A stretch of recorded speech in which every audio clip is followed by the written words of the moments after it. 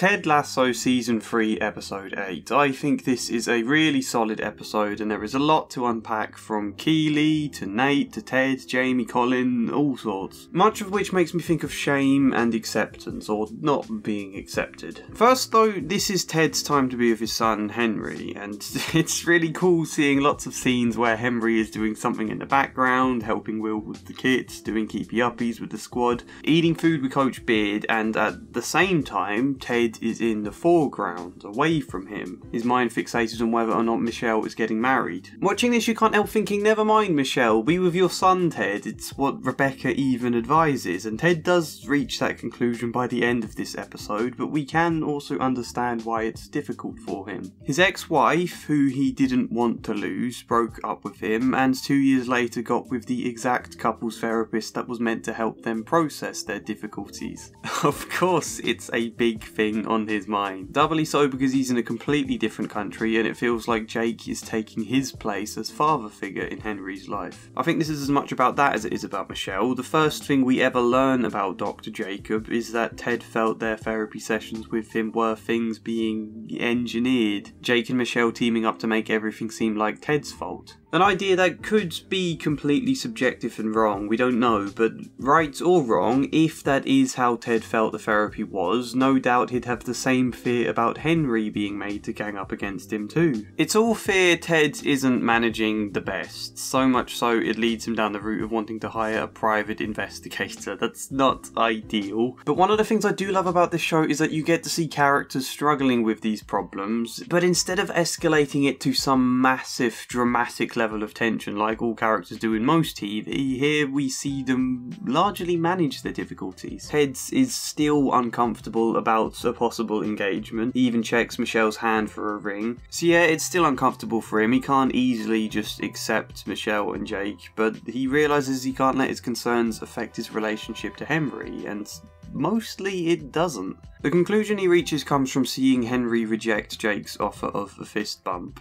I mean, okay, you don't want Henry to hate one of the people he might be living with. I don't think Jake's living with him yet, but it's perfectly possible Michelle might still get married and have him move in at some point. So that's not ideal, but it's a reminder of what's important. Henry sees me as his dad. Henry loves me. I'm not losing him. You know, I think most of us don't like the idea of Michelle getting with their ex-therapist. I find it highly unethical, but also that's their life. Teds can't control their lives, he can't change what they choose to do, he has to somehow accept it and come to terms with it, which he's trying to do, but it's obviously very difficult. And I wish Michelle or Jake showed a level of empathy for him, I don't know, saying something to him like, hey, I know this is really hard for you, Ted. I really like my relationship with Jake, or vice versa, but I am sorry how it must hurt you. I think it's great how well you manage it, still talking to us, not making things uncomfortable for Henry the way a lot of parents might do. So I just wanted to let you know I appreciate that and I think you're a great dad for him. You know, that's only something small, but something like that would be nice and make it easier. So in that sense, I guess this episode details the struggles of a man to accept something he finds difficult to accept for the sake of his son.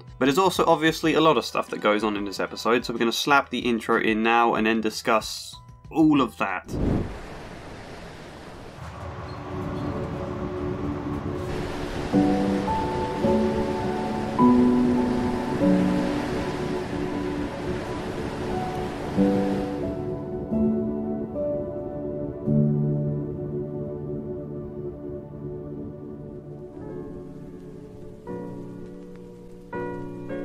Keeley has an awful time this episode after an explicit video of hers gets leaked to the internet in a situation that mirrors real world events. I cannot imagine how humiliating that is, and I think Juno Temple does a stellar job of showing us that. Keeley really needs some solid support right now. One of my favourite moments was actually Barbara telling her she's sorry about it. Jack, however, doesn't really offer support. Okay, she does somewhat initially. She calms Keeley quite effectively, and then she suggests she's going to take care of it all, which I don't know how anyone can just take care of something like that. It quickly becomes about damage limitation instead. Allow me to first offer my sincere apologies. I deeply regret that video that some of you have seen online, and I should have never made this video in the first place. This draft response from Jack shows she hasn't understood Keeley at all, and Keeley does try to explain it to her later on, and Jack says, I get it. But I don't think she does. In fact, we could probably go further and say Jack's thinking more about herself than about Keeley, because Jack is embarrassed by this situation. She cancels the polo event with Keeley. After the whole thing, I thought you wouldn't want to be around a bunch of press and cameras. But I more wonder if Jack felt embarrassed introducing her girlfriend to all of these people. She certainly avoids calling Keeley her girlfriend when she bumps into Alyssa. And this is my friend Keeley Jones. A massive contrast to the last episode. Keeley and I are dating. These are not good things. She pushes at the end of the episode for Keeley to make an apology, and when Keeley refuses, she walks out on her. It's unfair, one, to think Keeley should have to apologise. This was a private video, and why should anybody care? If there are people out there who want to judge Keeley for this, they are wrong. It's exactly as she says, women do often get pressured into being sexualised and also condemned for it at the same time, and that is not right. 2, Jack doesn't ask why Keeley doesn't want to apologise. She doesn't show any interest to understand and really talk it through, just to try and persuade Keeley to what she thinks. And 3, to completely walk out at a time when Keeley is vulnerable. Not that I want to sound like I'm attacking Jack here. I can get she's embarrassed that her girlfriend has a leaked video out there. It's not an ideal response, and Keeley will obviously be far more embarrassed than Jack, but, you know, fine. I can get she's also panicked it might affect their brands, damage their business. Rightly or wrongly, I can understand exactly why she's so keen for Keeley to apologise. It faintly reminds me of the choice Sam made in season 2 over Zafer-Joyce oil, or whatever that company was called. Faintly reminds me of that. How much do you want to do what's best for your career, as, you know, sticking to his brand affiliation with an immoral company would have been, or making this apology to appease whatever corporate clients would be unhappy? And how much do you want to do what you feel is right, despite the fact it might damage your brand? We know what the media is like. Keeley would probably be judged over this, and it probably would have a negative impact on her business. What she does here, though, is her choice, not Jack's. And we have to respect Keeley's integrity and courage, I think, to not apologise, despite the damage it might cause her brand. Hopefully, if Jack had taken a moment to ask, Keeley could have explained something like, I get you're worried about the brand, but this is about me personally. It isn't right for a woman to be shamed over this, and I am not going to accept that. I want to stand up to it. That is a decision Jack cannot accept. Probably also muddied by the fact she is technically Keeley's boss. It leaves her lashing out and shaming Keeley over the situation. Maybe, I don't know, maybe you shouldn't have made the video in the first place. And that does make me sad. It also reminds me of another scene in this episode, a scene between Colin and Isaac, one I think people might have conflicted feelings about. I don't know. Let's talk about that. So Isaac snatches Colin's phone to make sure he deletes old photos, and from what he sees, he seems to realise that Colin is gay. Isaac then says nothing, hands him back his phone, and walks off. It is devastating. Incredibly bold to end the episode without this being resolved. It isn't the most encouraging for anyone watching this episode who hasn't come out themselves, you know? But also, in terms of the story, I quite like Isaac's reaction, because sometimes people do have bad reactions. I think society is becoming far more accepting, but still, sometimes, unfortunately, people come out and it isn't received well by those around them. In that sense, I think this show could do something good if it depicts, well, what do you do when it isn't received well? How do you help people learn to accept you as you are? Because sometimes it's not quite as simple as people are either homophobic or totally accepting. Gut instinct tells me they haven't writ Isaac as a homophobic character, although even then, that homophobia comes from somewhere. But, you know, putting that aside, I imagine the problem in this specific example is more to do with Isaac being too caught up in his own feelings right now. We don't know what they are. I could be wrong here. I don't know, perhaps it's just a shock in the moment, perhaps it feels like a betrayal because Colin never told him he was gay. Isaac just happened to find out. Does he feel hurt by that? Like, why didn't you trust me to open up, Colin? I've known you for years, why have you never told me this? We know Isaac can be particularly impulsive and quick to anger, and perhaps there is a side of him that feels hurt, and that side is overruling the side of him that should be showing support right now. Is that good? No, but it can happen. Particularly with parents, I think, because they can also come with years worth of expectations they've built up in their heads about their kids. Like, there's that very simplified, old-fashioned example of a dad that felt disappointed discovering his son was gay because he thought it meant they wouldn't be able to go to football matches together anymore. Like, no, we can still do that. The assumptions you have about what being gay means, let's talk about them, and then you can hopefully understand a lot better. It could be a similar situation here. What is it that makes this feel hard for you, Isaac? Let me know what you're struggling with, and hopefully I can respond to that. Unfortunately, Isaac doesn't say. He just walks off, same as Jack does, and to be honest, I think Colin is feeling far too heartbroken and rejected to be able to stop Isaac and go, no, hang on, let's talk, the way that would be very ideal, you know. Same with Keeley, of course they're feeling heartbroken. I would do in either of those situations. If I had a partner walk out on me like that, I think it would damage all trust in the relationship. I think it's pretty clear their relationship is over right now in the show. What am I saying though? Let's get to the conclusion now, yes?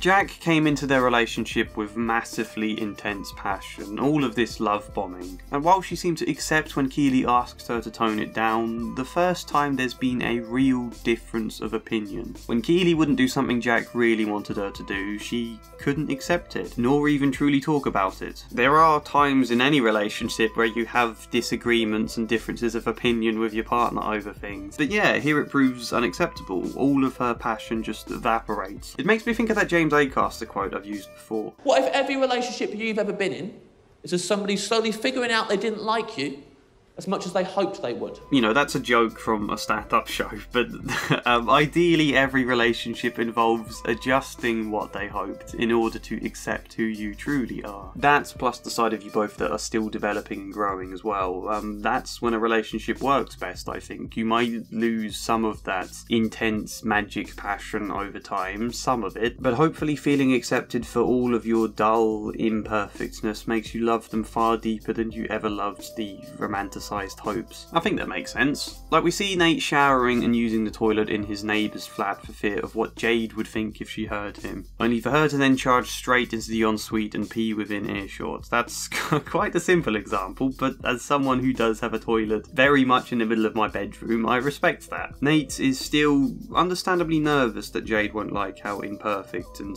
human he is. However, it was his humanity that made her attracted to him in the first place. I like the faint arc this episode of how do I get Jade to see me as a boyfriend? No answer is provided. Basically just do nothing, don't make her do anything. Carry on enjoying your time with her and then... I like to see my boyfriend happy. Boyfriend. Jamie was great in this episode. No, I don't think him and Keeley will get back together. I just think it's wonderful seeing him support her, where Roy, in contrast, is a little too caught up in his fears about Keeley's relationship to properly manage that. The video, who is it for? I wanted to talk about Nate not yet standing up to Rupert for what he believes the way he did stand up to Anastasia. I like that. Development is often really inconsistent. People constantly take one step forwards, followed by what seems like one step back at the time. It's never so straightforward. I very much enjoyed that Roy wasn't tying anyone's dicks to string and laughing at their pain this episode. That was... I didn't like that last time. I think it's good even in the dressing room with the players we saw how dehumanized the leaked photo experience is here. Immediately, a lot of these players forget that these are real people who have been affected. A bunch of famous chicks got their nude photos leaked. And it's not at all nice to see that, but this can happen. It's important not to tone down how horrible this can be. We even get Jack at the start of this episode. Some random reality show guy with a very big dick. Why are you looking at the leaked photos to see how big this guy's dick is, Jack? Especially when you're right next to someone who has been affected by this leak. What the hell? Look, this video has been more haphazard than usual, although I think I say that a lot. I hope I haven't rushed stuff that I wanted to talk about. There's certainly things I haven't fit in here.